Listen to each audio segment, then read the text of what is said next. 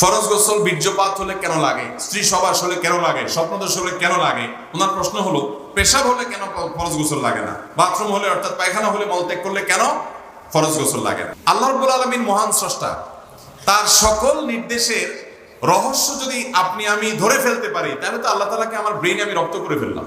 বড় কোনো পদস্থ কর্মকর্তা বা দেশ পরিচালনা যারা করে, অনেক সময় অনেক যোগ বিয়োগ, অনেক গুটির চাল, যারা উপরের জায়গায় থাকেন তারা বুঝে, নিচের জায়গা থেকে সবকিছু বোঝা যায় না।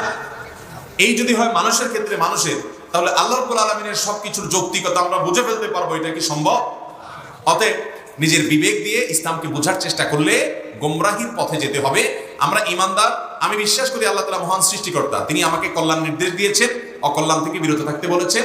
অতএব আমার বুঝে আসলেও আমি মানবো, বুঝে না আসলেও এই নির্দেশের যৌক্তিকতা, অন্তত 5টা যৌক্তিকতা হাজির করা যাবে। অনেক উলামা ইকরাম এই জাতীয় অনেক আল্লাহর প্রতিটা বিধানের যৌক্তিকতা, যোহরের আগে 4 রাকাত সুন্নত কেন, ফজরের আগে 2 রাকাত কেন, এই কেনর অনেক উত্তর অনেক উলামা ইকরাম গবেষণা করে দিয়েছেন। কিন্তু সবচেয়ে বড় উত্তর হলো যে আল্লাহ রাব্বুল আলামিন আমাকে নির্দেশ দিয়েছেন তাই আমি করব। আল্লাহর সব কেনর উত্তর যদি আমি ধরে ফেলতে পারি তাহলে তো আমি আল্লাহ রাব্বুল আলামিনের সমান হয়ে গেলাম, নাউজুবিল্লাহ। সেটা কি হতে পারে কোনোদিন? অতএব আল্লাহর নির্দেশ সেটাই আমার জন্য পালনীয়। আমি দেখবো কোরআন হাদিস দ্বারা প্রমাণিত কিনা, প্রমাণিত হয়ে গেছে বাস আমান্না সাল্লামনা, এটাই হলো ঈমান, এটাই হলো দ্বীন, এটাই হলো আনুগত্য।